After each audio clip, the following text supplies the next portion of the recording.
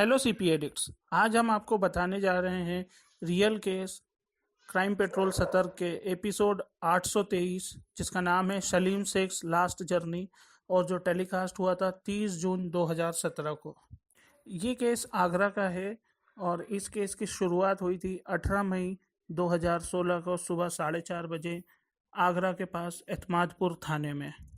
थाना एतमादपुर के अंतर्गत बरहन रोड है, जिसके कस्बे से थोड़ी दूर पर मोहल्ला सत्ता में एक तालाब है, जिसके किनारे पर लाल सूटकेस में एक अज्ञात युवक का शव मिला था। पुलिस ने जब पूछताछ की तो वहां के आसपास के लोगों ने बताया कि एतमादपुर से बरहन रोड की ओर जा रही एक लाल स्विफ्ट कार से इस सूटकेस को सुबह करीब 4:30 बजे तालाब के किनारे फेंका गया था। ग्रामीणों के शोर मचाने पर गाड़ी सवार भाग निकले थे और अंधेरा होने के कारण कोई भी नंबर नहीं देख पाया था।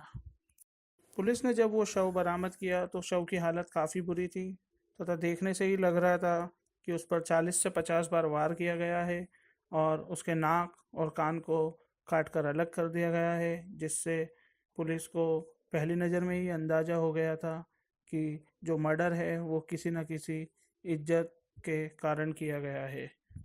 पुलिस ने शव को बरामद किया और जिला अस्पताल को पोस्टमार्टम के लिए सुपुर्द किया। पुलिस ने अपनी कार्रवाई की शुरुआत की और शव के फोटो को आसपास के एरिया और न्यूज़पेपर में छपवाया। उधर दूसरी ओर विक्टिम के घर वाले, जो अब तक अनजान थे कि उसकी हत्या हो चुकी है, उन्होंने 16 मई को ताजनगर फेस 1 थाने में उनकी गुमशुदगी की रिपोर्ट दर्ज कराई। विक्टिम का नाम था हाजी मोइनुद्दीन, जो कि एक करोड़पति जूतों के व्यापारी थे और अपने घर पर वो बेंगलोर जाने के लिए कहकर निकले थे। अगले दिन अखबारों में जब हाजी मोइनुद्दीन की तस्वीर छपी तो उनके साथ काम करने वाले कुछ लोगों ने उन्हें पहचाना और थाना इमादपुर को खबर दी। साथ ही उनके जानने वालों ने उनके घर वालों को भी इस बात की खबर दी। इस तरह अगले दिन शव की पहचान हुई और पुलिस ने हाजी मोइनुद्दीन के मर्डर के केस की इन्वेस्टिगेशन की शुरुआत की।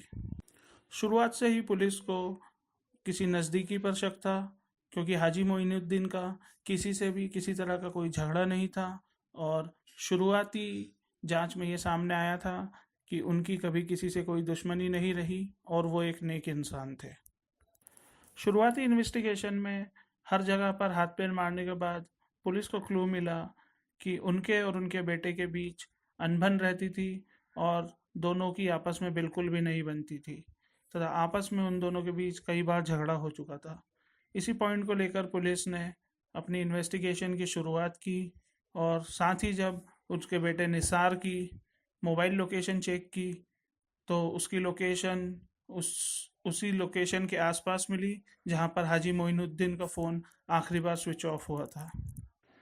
जब पुलिस ने निसार से सख्ती से पूछताछ की तो शुरू में तो वो आनाकानी करता रहा, लेकिन एक दिन की पूछताछ के बाद उसने अपना जुर्म कबूल कर लिया तथा उसने बताया कि उसने अपनी माँ और अपने दोस्त अभिनव के साथ मिलकर अपने पिता की हत्या की थी। हत्या के पीछे का कारण एक शॉकर रहा। जैसा कि आप सब ने सीपी में देख ही लिया होगा कि निसार ने अपने पिता का कत्ल अपनी माशूका के लिए किया था, जो कि एक हिंदू थी जिसके खिलाफ उसके पिता थे, जबकि उनके पिता ने खुद ने भी एक हिंदू औरत से विवाह किया था। निसार और उसका दोस्त अभिनव अभी पुलिस ट्रायल पर है और उन पर अभी ये केस चल रहा है। उनकी माँ भी अभी पुलिस ट्रायल पर है और उन पर भी अभी ये केस चल रहा है। बात करते हैं उन फेरबदल की जो क्राइम पेट्रोल ने इस केसेस में किए थे।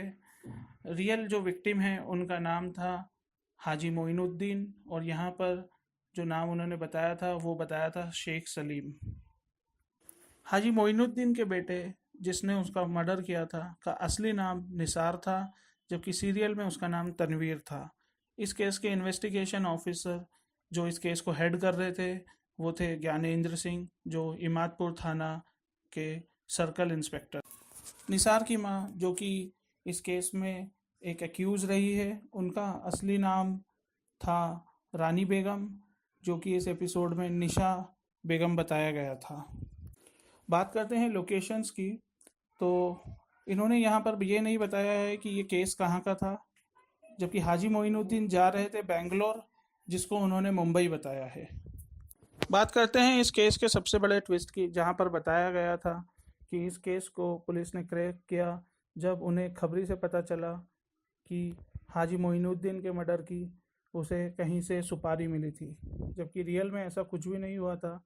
पुलिस को पहले दिन से ही किसी नज़दीकी पे शक था, और जब उन्होंने कॉल की लोकेशंस मिलाई तो उनका शक सबसे पहले हाजी मोइनुद्दीन के बेटे निसार पे गया था।